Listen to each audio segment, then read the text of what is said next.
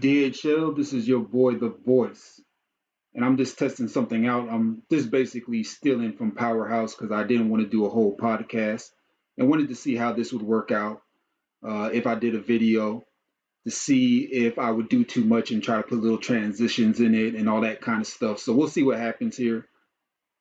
But I just wanted to go over some real quick things that I wanted to talk about in the league that's going on right now without having to do a whole podcast.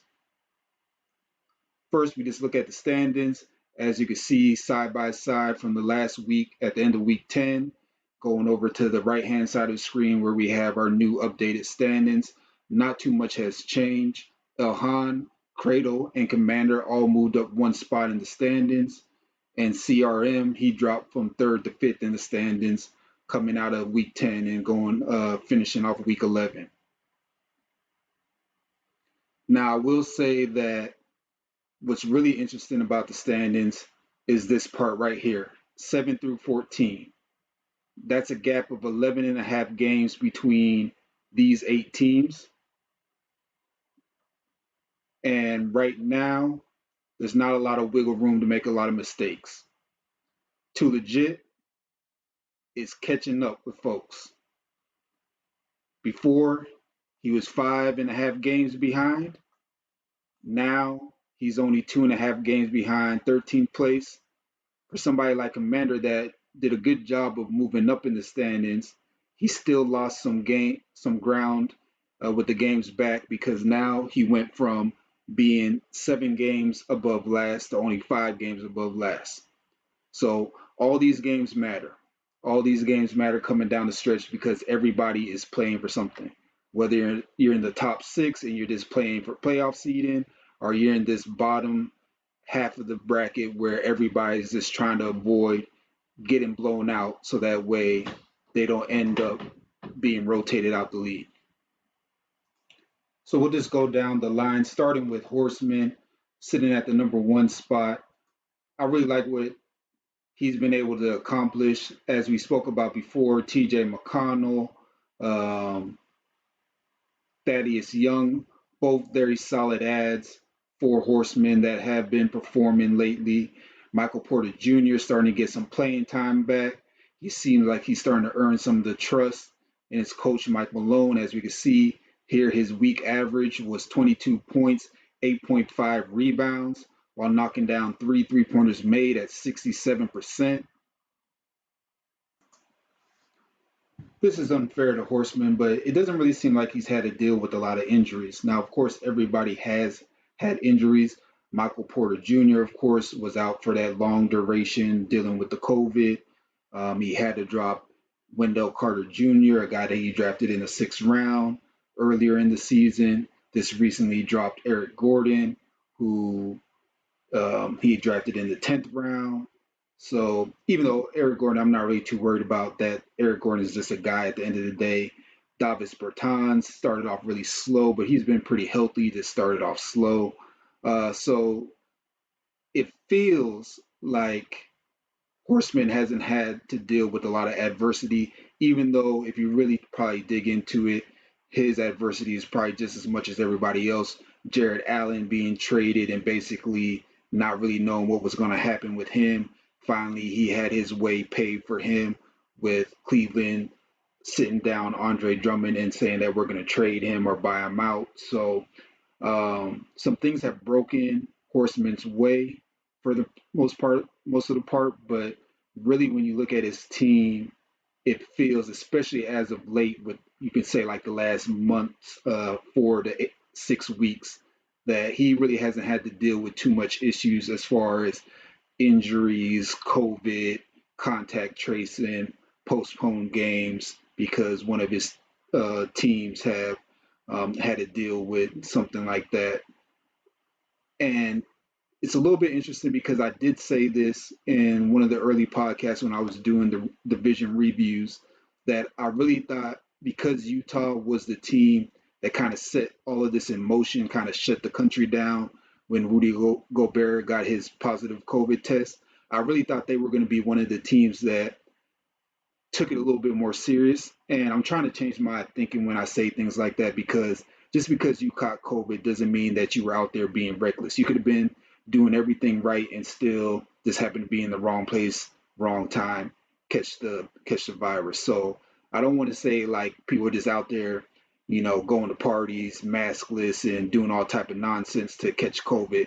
But I just really thought that the Utah Jazz, after going through what they went through, that it was going to be much easier for them to adhere to any protocols and rules that the NBA has and really make sure that they're not putting themselves in a situation where they're going to have to be out for contact tracing, so on and so forth. And so far, that Utah Jazz has been one of the quietest teams when it comes to hearing about COVID related issues. Sitting at number two in the standings, of course, is myself, SD Star Sprinkles. And again, I'm not really going to go over my team in too much detail, but I will say, responding to CRM's post about not drafting Durant, it's a little awkward coming from CRM saying that he makes great life decisions and he put all his trust in Embiid, who has yet to play in a back to back and just got injured and will probably sit out the full 3 weeks, maybe even an extra week, just because Philadelphia is like that when it comes to injuries that have to do with Embiid. But I will say it is concerning that Kevin Durant is going to be out for at least another 2 weeks now, was a recent update that came out today. Um, I'm being a little reckless right now, adding a whole bunch of injured players, use of Nurkic. OG Ananobi's been out for a long time dealing with contact tracing and COVID. So I'm assuming that he's really got a bad case or is having a hard time dealing with whatever symptoms he's dealing with. If you kind of read between the lines for OG Ananobi. And then Mitchell Robinson, just hoping that he might be back in the next couple of weeks also. So really at this point, I'm just trying not to get blown out. That's the whole moral of the game for me at this point, is to not get blown out and hopefully just kind of tread water until my players or these players get back in rotation. In third, we got El Han, the reigning DHL champ.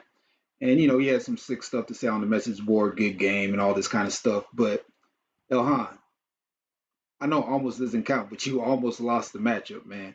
Like if I hit a couple more shots, if Paul George doesn't just flake on me, this guy over the last month or so has just been not the guy that started off the season. He's playing more like playoff P right now than regular season P, and it's really starting to piss me off. But you know, I get one more three, I get this category, and I get the percentage.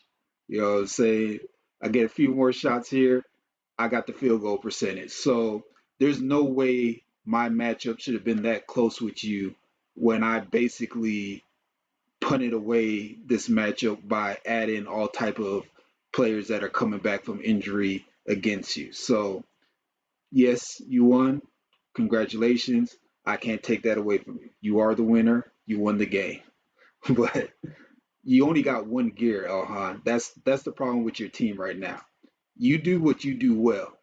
And if you look at your matchups, it's basically 7-6 the whole way. So, yes, you're winning. I can't take that away from you. You haven't lost since week one. So keep doing what you're doing. Don't let me act like you aren't doing something correct. You are doing exactly what you need to do. You're winning matchups, you're playing the teams in front of you, and you're beating them. So congratulations. But you do only have one gear. You do what you do well, and you're starting to perfect that.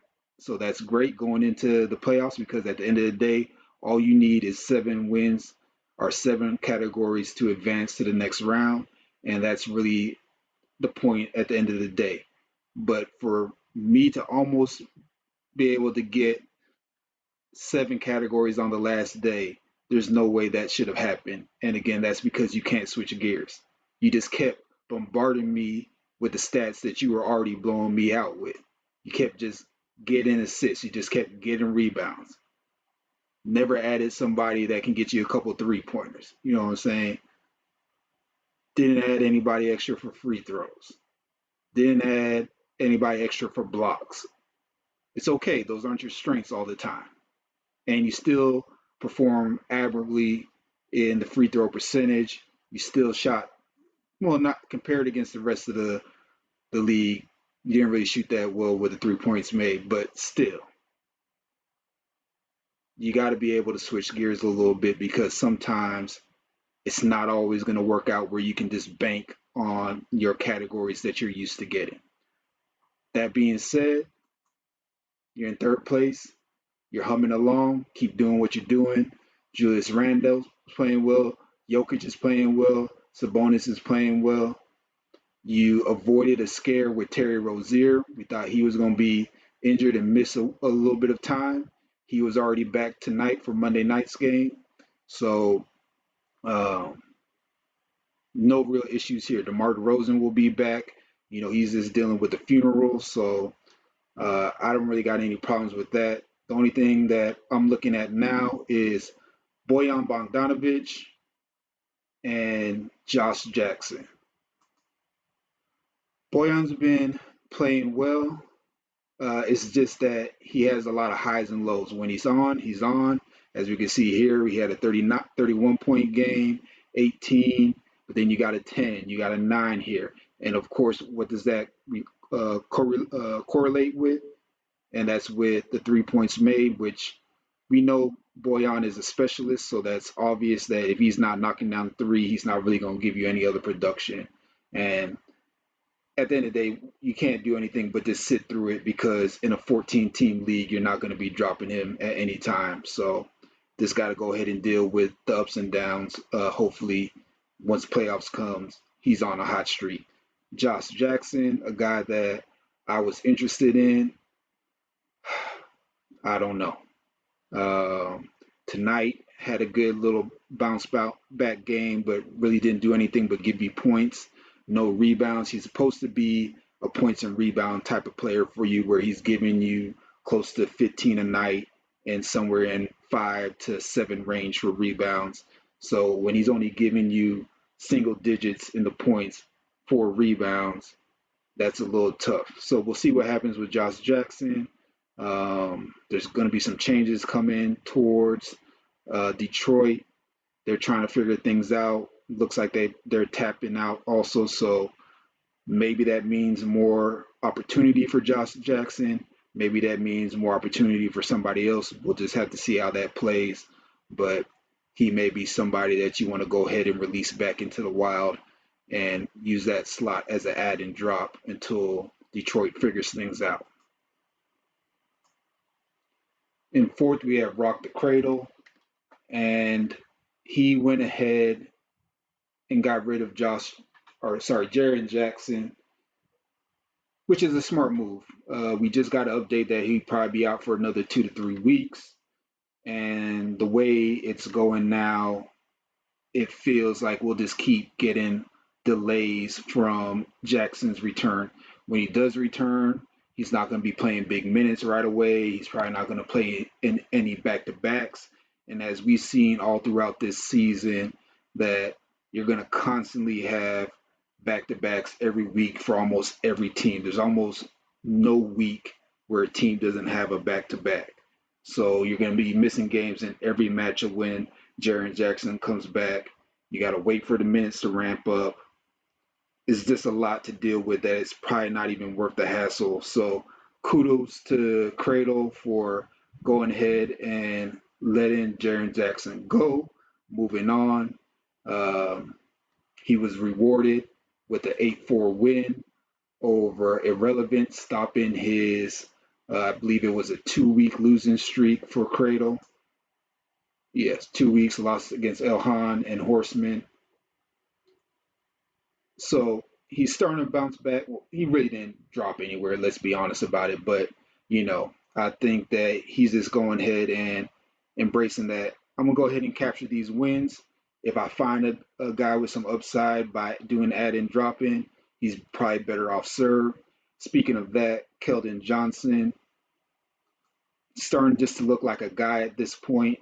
Not really given the production that he was given early in the season when he was looking like one of the better long-term ads off the free agency. Brandon Clark, he's been playing well as of late. Got to give him his respect.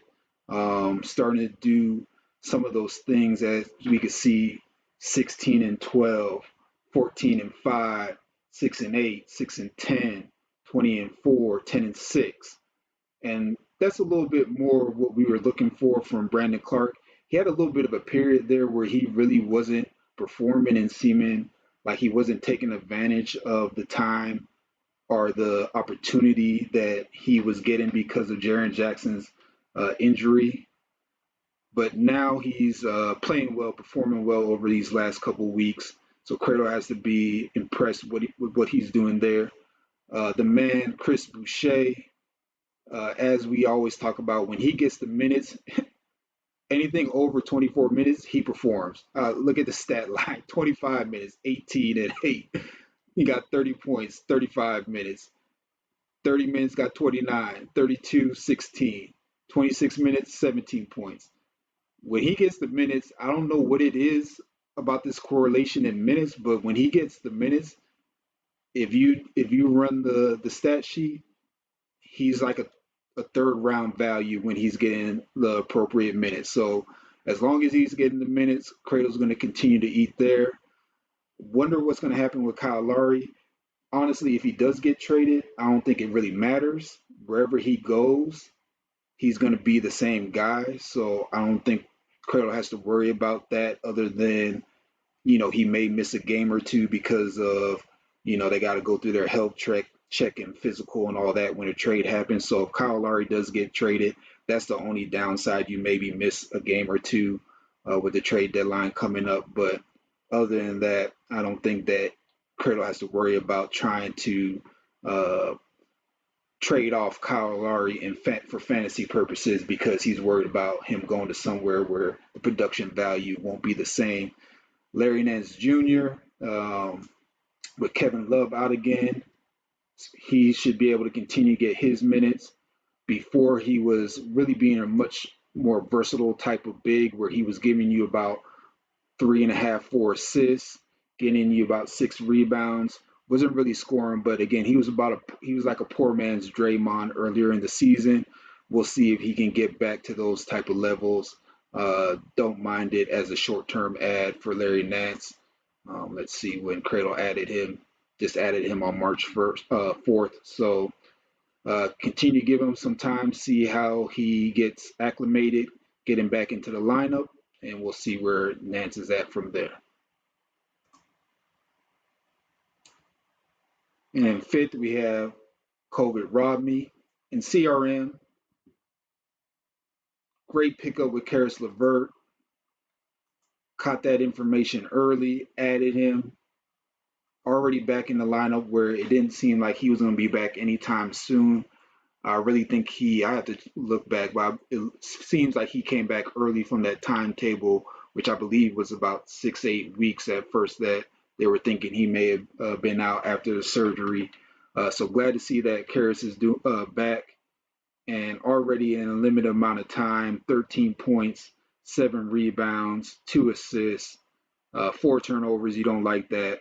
0 for 4 from the 3-point line. That's a little bit tough, but uh, just got back from surgery, first real live action. Can't be mad at his performance, and he's going to be a great pickup going towards the fantasy playoffs for CRM. The tough part here for him is Pascal Siakam. These guys in Toronto, they've been dealing with this COVID, which seems almost like for 3 weeks now.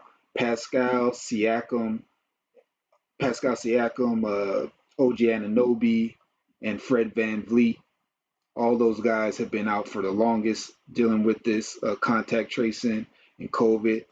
Andre Drummond, I don't think he's going to get traded. So most likely he's going to have to deal with a buyout.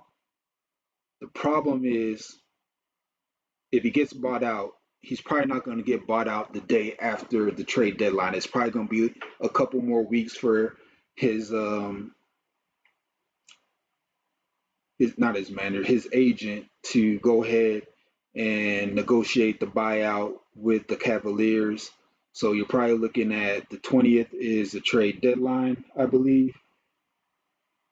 Or no, is it the 20th? It's the 25th. 25th, right? Yeah, I apologize. The 25th is the trade deadline. So you're looking at the 25th, probably, like I said, a couple extra weeks after that. So you're probably looking about mid-April before Andre Drummond's maybe on the team. Even if he goes to a team like the Lakers, um, probably not Brooklyn at this point. That team, that's too many people on that team. I doubt he goes to Brooklyn. But I can't really see a place where Andre Drummond's gonna go and maintain a lot of his value. So that's the tough thing. Like if he goes to the Lakers, he's not maintaining a lot of his value there. Not that they're going to be playing Gasol over him or anything like that, but you still have Montrezl Harrell there. You still have Anthony Davis, who really should be the center most times. So I'm not really sure what type of value Andre Drummond has going forward for fantasy. That's gonna be a tough pill to swallow. I mean, at this point, you can't do nothing but hold on to Andre Drummond, but it just doesn't look good at this point. So we'll see what happens with Andre Drummond. Shout out to RJ Barrett. As you can see, he's been performing lately. Wrote that in our power rankings that he's just been playing a lot better as of late. The percentages have gone up across the board for him. So kudos to RJ Barrett, who I've been giving a hard time all season.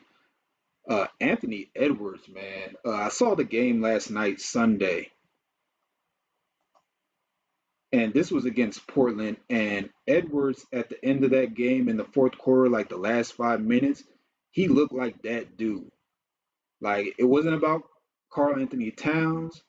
It wasn't even about Damian Lillard. It was about Anthony Edwards in that last 5 minutes. And those are the type of flashes that Minnesota has to be looking forward to, because if he's that guy, it's going to be Edwards and Karl Anthony Towns, then D'Angelo Russell third. But definitely been was playing well, all facets. He was getting to the lane. I saw him hit a step back three, knock down a three over Melo in the game. Like dude was hooping. So I still like LaMelo Ball better. I'm still LaMelo Ball stan at this point, but Edwards is going to be nice, man. So I think he's going to be a guy that we could look forward to. Now, of course, this is where we really want him to clean up. 44% from the field on 21 shots. That's insane. Got to clean that up. Got to at least get that to 46, 47%. You're going to be shooting that much without having that kill your team. Um, 3 pointers, 33%.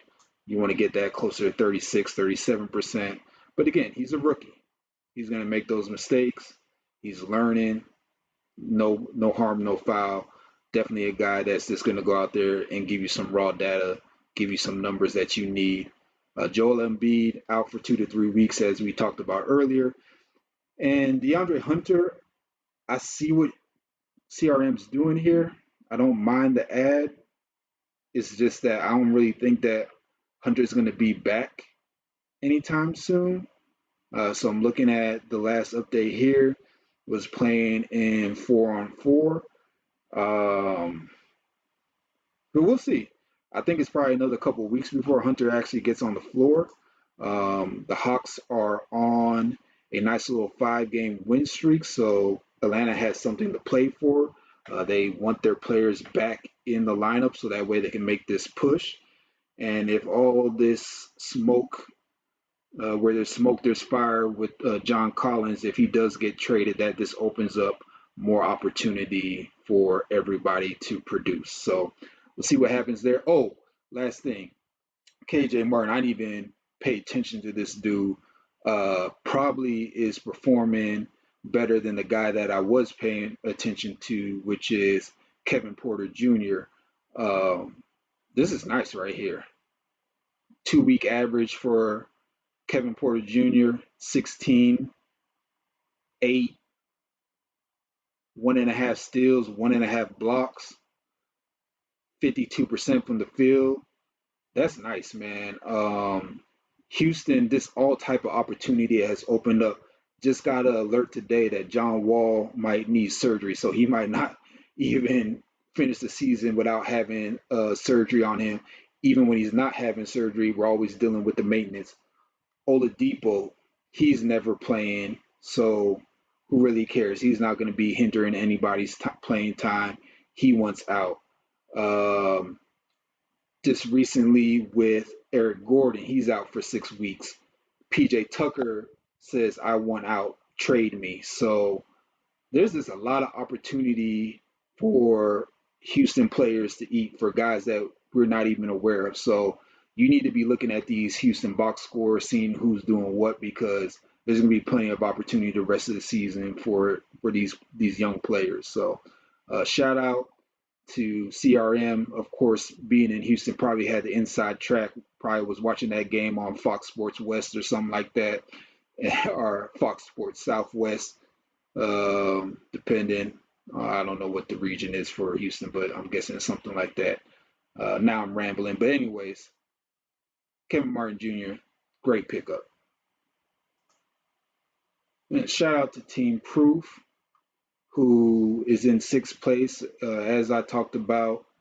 Um, in the power rankings, he's been in sixth place for the longest time now. But after losing 5 consecutive weeks, finally got a nice little 7-6 win over Commander. Got some good news today that CJ McCollum's going to be playing tomorrow. So he's back. This is the weird one here. Aaron Gordon Jr. came back, played 14 minutes, and now he's out again. So I don't think he re-aggravated the injury like that. I'm thinking that the Magic are sitting him because he's probably really going to get traded this time. We always hear about trade talks with the Magic, but they never really pull the trigger. But this, like again, reading between the lines, you played 14 minutes. You didn't really have time to re-injure yourself. There wasn't really any issue about an injury, as you can see here going through the old write-ups. He was sitting out due to ankle management, not because he re-injured it. So 2 games in a row is not ankle management, possibly, but I'm thinking this is more of Aaron Gordon's on the move. He'll probably won't finish the season off as a Orlando Magic player. Either way, Team Proof has to be happy that he's getting healthy now. So we should see a new Team Proof. 5 games for the Lakers this week. So you got Kuzma able to go ahead and go crazy. Whew, I didn't even realize how good Kuzma been. Over the last 2 weeks, man, Kuzma 24 and a half points, 13 rebounds. Now, I knew he was rebounding. I knew that, but I did not realize he was scoring the way he was scoring, shooting 44% from deep. Ooh, Kuzma is eating, man. So 5 games for Kuzma this week. That's gonna be nice, man. That is gonna be nice for Kuzma. Um, anyways, uh, Otto Porter picked him back up. I don't really know how I feel about Otto Porter. I just think he's just a guy, but we'll see what happens and how that shakes out. He just came back from injury a little while ago. But this is the guy that we're all watching and salivating over. Robert Williams. Can't wait to see what this guy does when he actually gets some playing time. The Celtics will not let him eat right now. I keep hearing all these reports about how Brad Stevens wants to ramp up his time as the season keeps going along. They want him to be that starting center for him. But for right now, they're still going with Daniel Theus, and they're still going with Tristan Thompson. Not really sure why. We all see the talent when we watch Robert Williams play. The Time Lord is a beast. The Time Lord has only had 8 games where he's played over 20 minutes.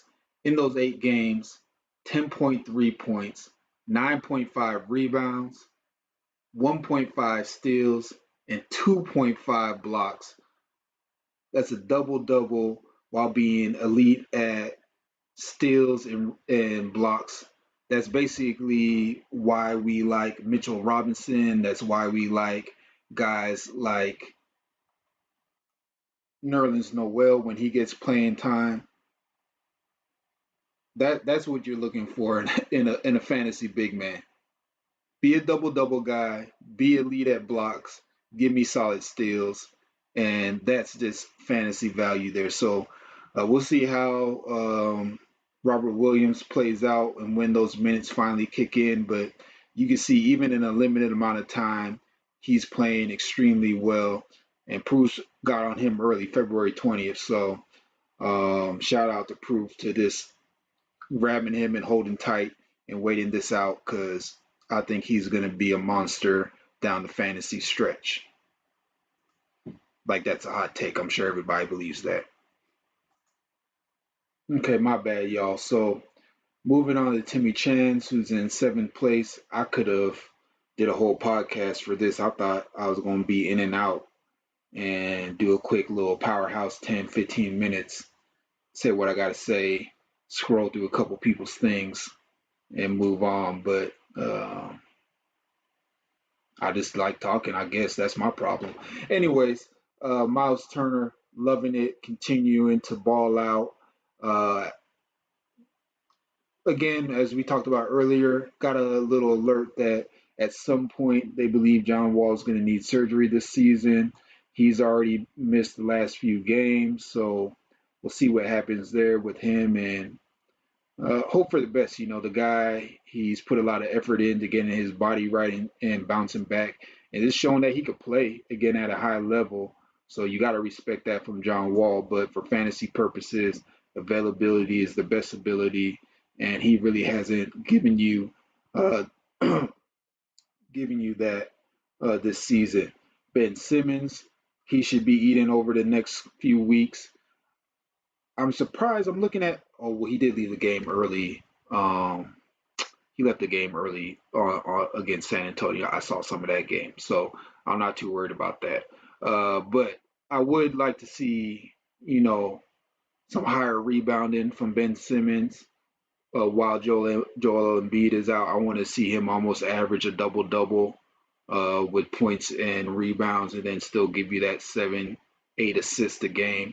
So we'll see how he does while Joel Embiid is out, and everything is going around him. Timmy Chan will have a good matchup this week against. Let's see here. Yeah, Timmy Chan will have a good matchup this week against Commander. So not really much to say about Timmy Chan's. I still think his team needs a little bit more direction. I'm not really seeing a lot of cohesiveness from this team. But again, uh, when you have Giannis to help stabilize your rebounds, you have Miles Turner to basically be a one man category for the blocks. Um, it's hard to take issue with that. You know, you got great players in Gordon Hayward and Jalen Brown who are just, you know, they're not great players, but you know that they're going to give you solid production on almost every night. Um, so, you know, it's hard to say. Again, I just don't really see a lot of true strengths for um, Timmy Chance. And I know I just got on Elhan earlier about not being able to change gears, but it is nice to know that you have a few categories that you can just kind of go dig in your bag and know that they'll be available for you come playoff time. So we'll see how it goes for Timmy Chance. At the end of the day, he's doing what he set out to do, which is not be rotated. And again, he can't get too um,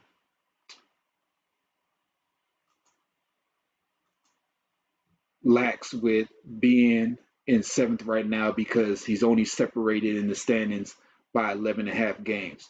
And one blowout the wrong way can really drop your score in the standings and you're right near the bottom again. So As I stated too, legit, he's playing like a contender right now. So do not sleep on him because he's in last place. His team is performing well. Westbrook and Bradley Beal are becoming a very um, formidable duo. So, be careful, Timmy Chan. We'll see what happens with you. Next up is Powerhouse, and he did a great job with a 7-5 win over Kobe Romney, or 7-5-1 win over Kobe Romney. Again, he is moving up the standing. Well, not really moving up the standings. He stayed in eighth place, but he's closing the gap between him and the seventh place team. Again, last week, if we look at the standings, he was 4 games behind the seventh place team, Timmy Chan. This week, he's only 1.5 games, so that's great for him. He needs to start climbing these standings, get himself out of this grouping right here of 7 through 14. So for Powerhouse, just looking at Christian Wood really is the main thing here. He's been out basically the full 5 weeks now. When the injury first came out, it was said to be out 3 to 5 weeks. I stated that I think that, or I thought that the injury would be a 5 week injury, and I was basing that off of the John Morant injury that had happened earlier in the season. It seemed like a similar type of landing on the ankle, and so I figured that he'd be out a little bit longer term. Houston's not winning right now, so there's not really a rush to bring Christian Wood back. Just, I guess they want to see him on the floor with the young guys and see how that looks, so that way they can start deciding how they want to build out their team going into next season. Um, but yeah, that's been a tough hold for Powerhouse right now. Again, though, the win did help them as far as getting a little bit closer in the standings to not being on that bubble right there at 8. And I got to give Powerhouse a shout out for the Jalen Brunson pickup. Let's see when he grabbed him on February 13th. So it looks like Powerhouse really he was on Jalen Brunson pretty early. Just didn't decide if he wanted to commit to him or not. Finally decided to go ahead and put a ring on it on February 13th. And Brunson's been performing. He's been playing well. He's been scoring, picking up the load, really being like a 2.5 option behind Porzingis over there for Dallas, kind of doing the things that we probably thought Tim Hardaway Jr. was going to be doing for them this season. Even maybe Josh Richardson. And, I know we're all, well, not we all, but we're probably on the fence a little bit about him, especially after the season Richardson had with Philadelphia. But still, either way, Jalen Brunson, he's filling the void. And so that guy has been playing well. And that's been a great pickup for Powerhouse. Next up is Pepping Them. And we'll just start off with two guys that I really just want to hit up real quick. Well, actually, I guess three because I'm looking at James Wiseman. Still not really a believer in James Wiseman. The Warriors are trying to win now, and I just don't see a lot of opportunity for him to truly develop. But we'll see. You're gonna have to deal with a lot of ups and downs. You got some good games in here, some not so great games. So we'll see how it picks up for James Wiseman, and if he's able to catch on in time enough to make a difference in fantasy as well as real life for the Warriors, because they're trying to make that playoff push. Had a big win over Utah the other night. Um, but who I really want to talk about is, first of all, Blake Griffin. He's not that dude. And just to break it down, Blake Griffin is not going to really have a lot of opportunity to be Blake Griffin. All right. First of all, no Durant right now, but you assume Durant's going to be back in the next couple weeks. when Durant plays, he plays the four and sometimes small ball five. That takes away minutes from Blake. You got DeAndre Jordan, who's going to play 25 minutes or so every night at center. You got Jeff Green, who's been playing, probably been their best small ball five this season, who's going to get 10, 15 minutes a night or so at the five. And then you got Bruce Brown, who has been playing five just because they had nobody else. I'm not even including Nicholas Claxton, who that guy looks like he could be a beast if he would get the time. He's not going to get the time on this squad, probably due to Blake Griffin probably going to eat up some of his minutes, but Claxton was getting about 10, 15 minutes a night. So, first of all, Blake Griffin is not a four anymore. He's not that guy because he can't move, so he can't play the four anymore. Uh, the Nets need defense, and Blake Griffin is not going to give you any defense anymore. He never really did. So I'm not really sure what Blake Griffin is going to be for fantasy. I don't think it's going to amount to much. Will he have those few Carmelo Anthony games where he goes out and gives you a little reminder of who he was? Sure, I don't put that past him. He's a talented guy. He is a skilled player that has improved his shooting, his ball handling, his passing, all those great things. So, of course, there's something that Blake can bring to the table, but I'm just not seeing it as a really value option. Go ahead and give it a try. It's worth it at this point to give it a try and see what happens with Blake Griffin, but I really doubt that Blake Griffin is going to be any type of long term uh, ad or hold for fantasy. The guy, though, that I really like is Alexei Povosketsky. I believe is how you say the last name. Probably butchered that. But either way, um, I really wanted to pull the trigger on this guy. I was watching that game on Sunday morning or Sunday early afternoon. Came across 2 p.m. Eastern time for me, so I was just chilling out watching it. Had nothing else to do. Um, and this guy's nice, man. 7 foot footer. They playing him at the small forward position because he could shoot, has the ability to pass, rebounds fairly well. So I'd like to see how he holds up once Al Horford comes back into the lineup. Darius Baisley, I think the Thunder want to give him time and develop him also.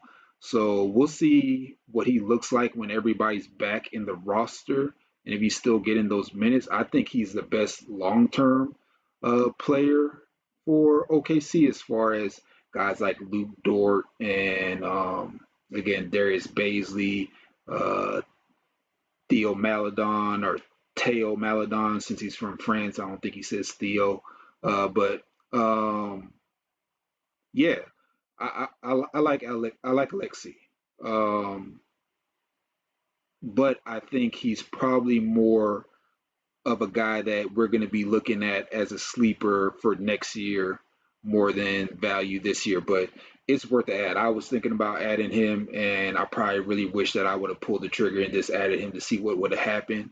But not getting my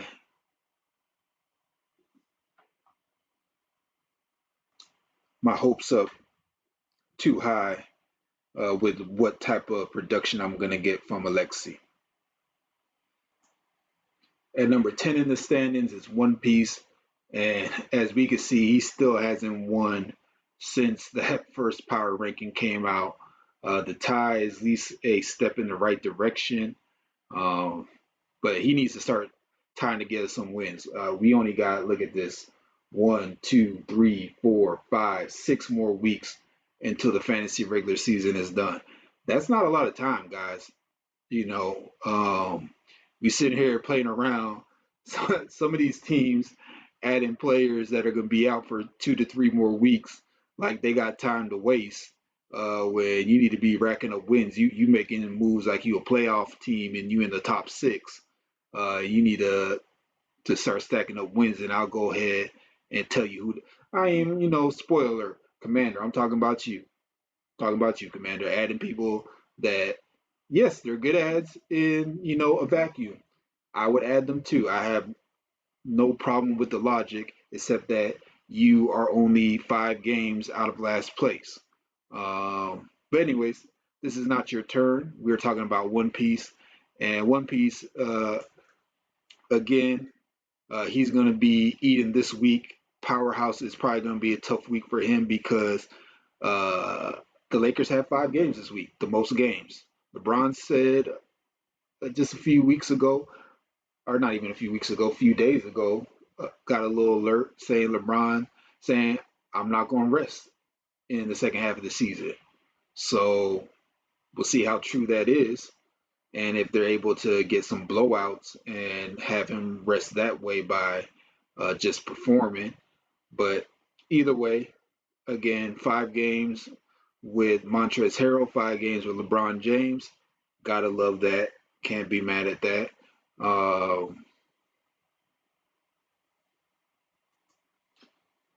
I just really want to talk about Kevin Love because,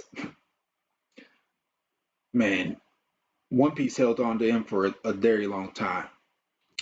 Excuse me. The guy played 10 minutes on his first game back, then played in the next game, and didn't even make it out the first quarter. Is this tough, man? He moved on, he dropped him, but like we were talking about earlier, I know we were clowning, but you gotta wait till the very last minute to pick up Kevin Love at this point. And honestly, I'm sure most of us feel the same way. But I'm not picking up Kevin. I'm not drafting Kevin Love unless like I'm getting him in like the 10th, 11th, 12th round. Because yes, he has some upside if he ever plays, but his contract is. I shouldn't say that because Westbrook got moved, John Wall got moved, even though they got moved for each other.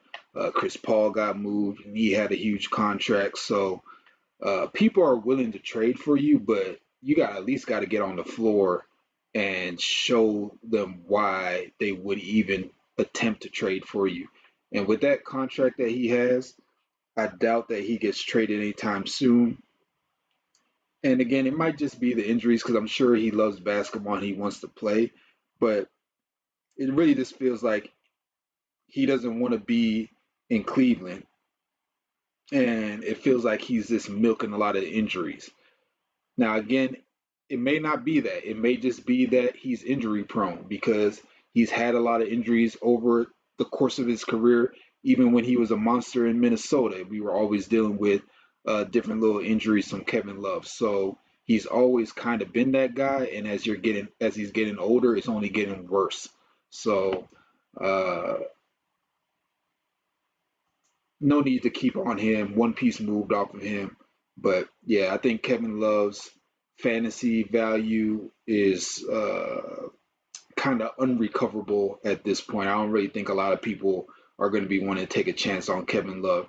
If he ever gets back and you add him to see what he does, treat him like an ad drop. If he has a good game, keep him. If he doesn't, you just drop him back into the waiver wire. But that seems to be Kevin Love's future for fantasy, and that's just kind of sad because he didn't really have any type of slow decline. It was just got injured, he's not there anymore, and then now he's just not really even worth the hassle. Next up is Commander, who's tied for 11th in the standings with Irrelevant. Um, Again, Commander in a vacuum makes sense to add D'Angelo Russell. You know, he had the little update that he might be getting to do some teamwork soon, that he would be traveling with the team, but he's not even on the he's not even practicing at this point. We're not even hearing that he's doing 4 and 4, light contact. We didn't even get any of those updates yet. As the update says, when he does get back, you're probably going to be dealing with heavy restrictions for a while.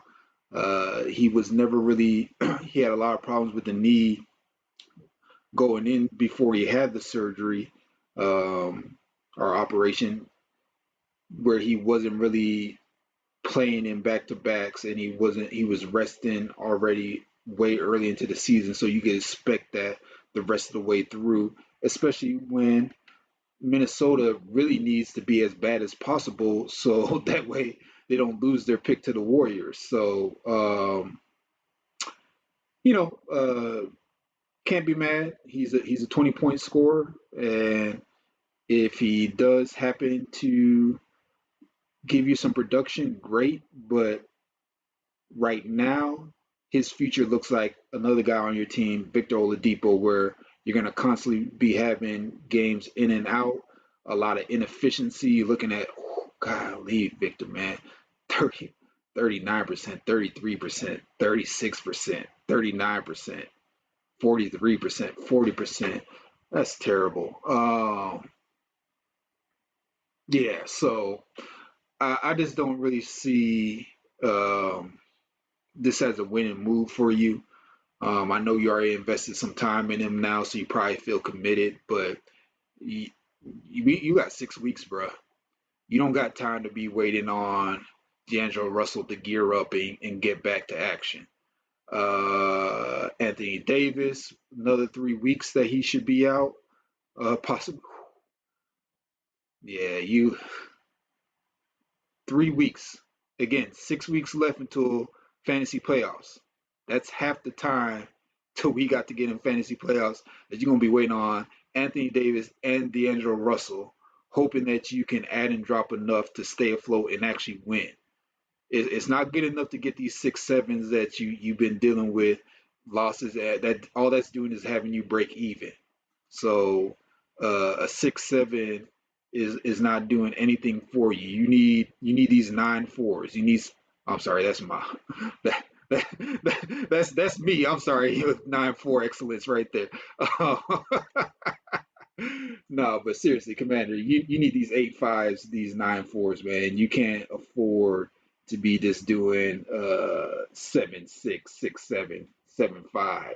You can't be affording though. That's not going to get you anywhere um, where you can be in playoff contention at this point. I get it. You're only 5 games out from last place, and you're only 5 games out from eighth place. So it could swing either way for you if you can get a big win. But I don't think you're going to get any big wins hanging on to 2 players that are going to be out for the next 2 to 3 weeks. D'Angelo Russell, maybe even more. So, uh, yeah, Commander, you gotta make some decisions, bro. It's nut crunching time at this for you. Darius Baisley, at this point, he's just a guy, dude. Like, I don't know why you're holding on to Darius Baisley. Like, he's just killing it for you. Um, Solid player, terrible percentages for the most part. Uh, yeah, look at this. How do you shoot under 30% like consistently? That's terrible. Uh, but yeah, I don't understand why you're holding on to Baisley like he's some type of real dude. Um, Anyways, make a decision, Commander. Irrelevant had a nice little winning streak where he won 4 weeks in a row. Looked like he was on the uptick. Last 2 weeks, suffered 2 losses here, and now he's in direct competition with Rocket Red, who is only 2.5 games behind him in the standings. So this is an important matchup for Irrelevant. He really needs to take this matchup seriously, and well, basically everybody has to take this matchup seriously because again, he just like Commander, he's 5 games from being rotated out. He's 5 games from being in the playoffs. So definitely needs a turnaround. LaMelo Ball, again, I'm infatuated with LaMelo Ball. I basically watch every Charlotte League Pass game. This guy is amazing. Really love what he's been able to do as a rookie.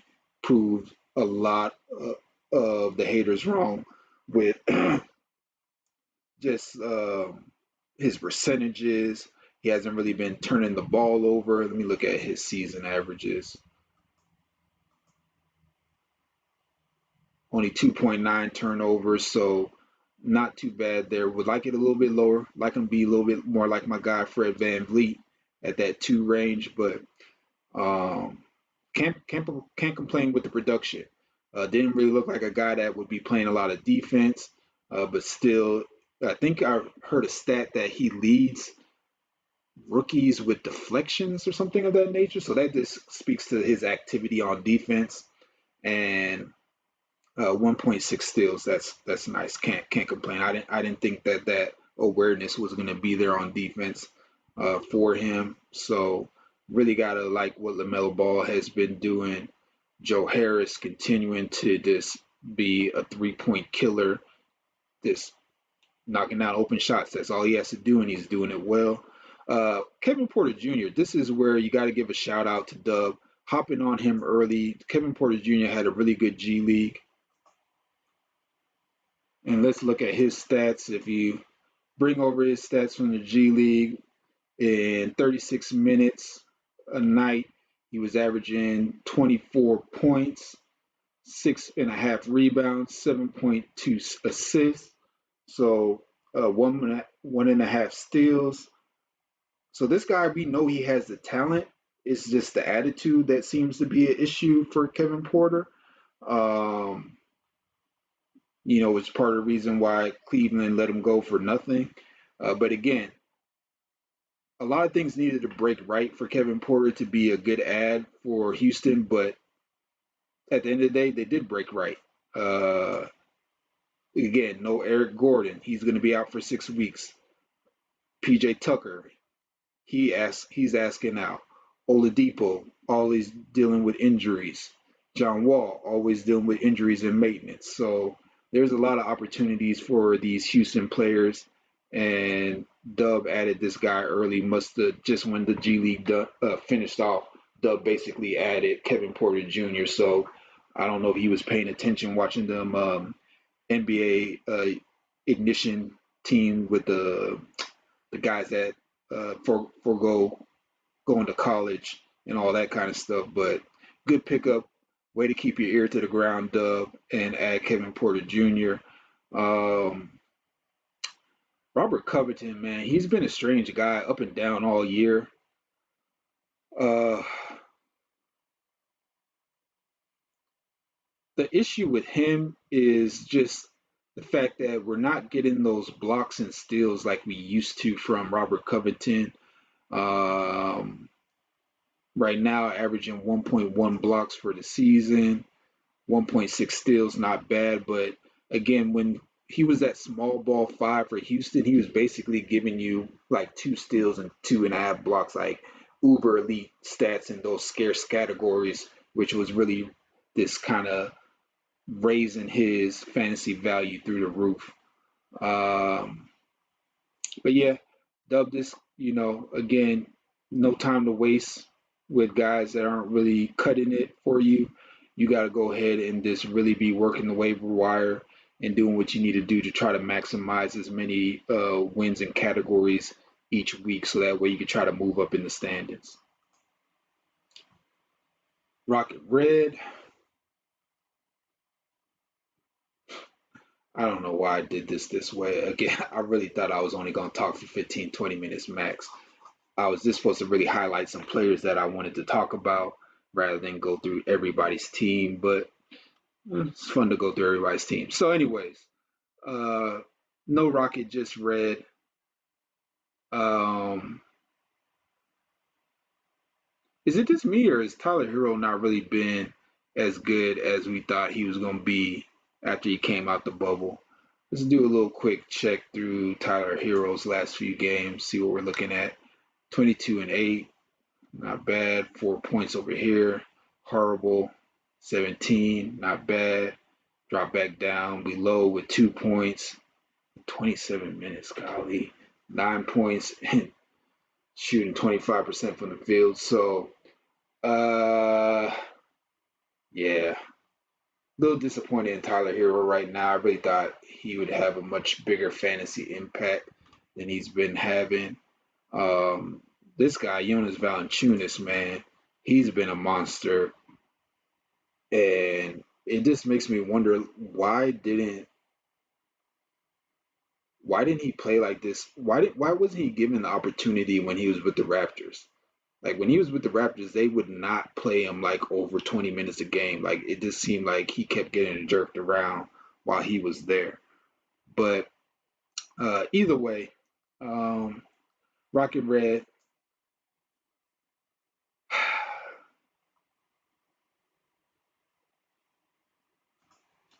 for you, I think it's just more about activity, Rocket Red. You just gotta, you know, I'm just trying to look through, see if I'm seeing what you're seeing and why you may be holding on to certain guys.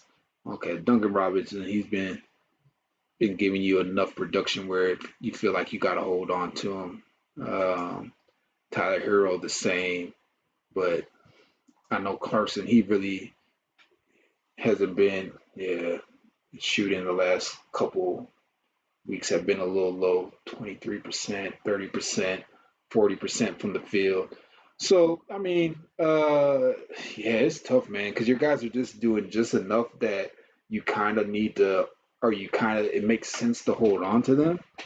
Um, but I think that's what's really holding you up. Like your guys are not really doing enough to kill it, but they're doing it enough where it's like, oh, if I drop them, am I really replacing the value by adding and dropping?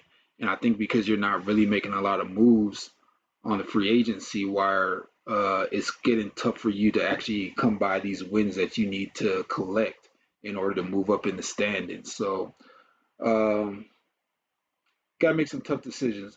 The easiest one that stands out for me is Nas Reed because his playing time is just being yanked around, playing under 20 minutes most nights. So for that, I definitely think that should be a streaming spot. But um, other than that, man, again, you're right there on the bubble. Too Legit is on that ass, bruh. So you need to start making some moves and deciding what you want to do if you want to play in this league next season. And lastly, Too Legit officially on a nice little winning streak here. 3 weeks in a row, he's been able to collect a win. And these last two ones, this is what you got to look out for. And this is where I'm talking about performing like a contender. 9-4 win over One Piece, 8-5 win over Timmy Chance. Those are the type of wins that you need in order to start making moves. The blowouts are great, but these are more likely to happen. 8-5, 9-4. So those are the more realistic type of wins that you're going to get in the DHL. So um, shout out again to Too Legit, not tapping out there making moves. I really wasn't sure about this. Who did you have? Devontae Graham. Really wasn't sure about this ad right here just because he hasn't really been shooting well. Going to be coming off the bench. I'm looking at these minutes 18, 17, 21 tonight. Not just, LaMelo Ball, you're not going to start Devontae Graham over LaMelo Ball anymore.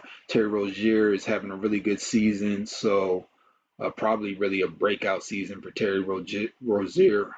So Devontae Graham is the odd man out.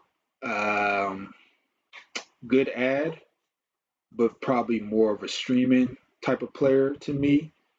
Enos Cantor, you're going to need to look out, keep your eye to the waiver wire because his value is going to be dropping soon whenever Yusuf Nurkic gets back. John Collins, hearing a lot of rumblings about him getting traded somewhere, but I really don't think that hinders his value. If anything, if he gets traded, he's probably going to a team that believes in him, unlike the Hawks. So that's probably in your best interest. So shout out to you. Great night. Whew, great Monday night start for you. Bradley Beal 37, Russell Westbrook 23 and 17. Whew. Anyways, so Too Legit. Watch out, guys. Watch out. He's trying to make his move right now. 6 weeks ago. So that's it. I'm gonna wrap this up. As the commissioner stated, new trade deadline. I was definitely one of those people that didn't even realize that the trade deadline had passed. But it makes sense because again, when our league first started, Yahoo had set us up where we were only 14 weeks that we had in the season, and then as things started to go through and COVID started to seem a little bit under control, they extended our season all the way to week 20. So it makes sense that they probably gave us a tread deadline that aligned with the 14-week schedule that we originally had. So thank you, Commissioner, for paying attention to that and giving us a updated trade deadline. And we'll see if people make some moves because again, uh, this is really kind of like emulating the NBA just because even though we don't have a play-in game, basically everybody's still alive. Nobody is really out the water where you could say nobody has a chance to make the playoffs. Everybody at this point still has a chance to make the playoffs. Um, Over the next 3 weeks, we'll probably get a little bit closer to where teams are just playing to not get rotated out. But at this point, everybody has a chance to make the playoffs. So again, extra long. I could have just did a whole podcast for this. So next time, if I try to do this, I'm gonna just keep it short and just really, instead of going through every team, just talk about the couple players that I wanted to talk about that I thought were interesting, rather than going through everybody's squad. But I got a little carried away. Shout out to Powerhouse for always bringing innovation to the league with his vlogcast. I know they're short, and most of you probably don't really pay too much attention to them, but you know, it is something that he thought of first, and now it's being copied. So probably will still do the podcast more often than not. Remember to listen to this in 1.5, 1.7 speed. Hope you guys aren't listening to me for a whole hour. I don't even listen to myself for a whole hour. But appreciate y'all taking time talking fantasy basketball with me. This is The Voice. I don't know what this is called just yet, just because this might not be a thing. But I'll catch up with y'all later. Peace.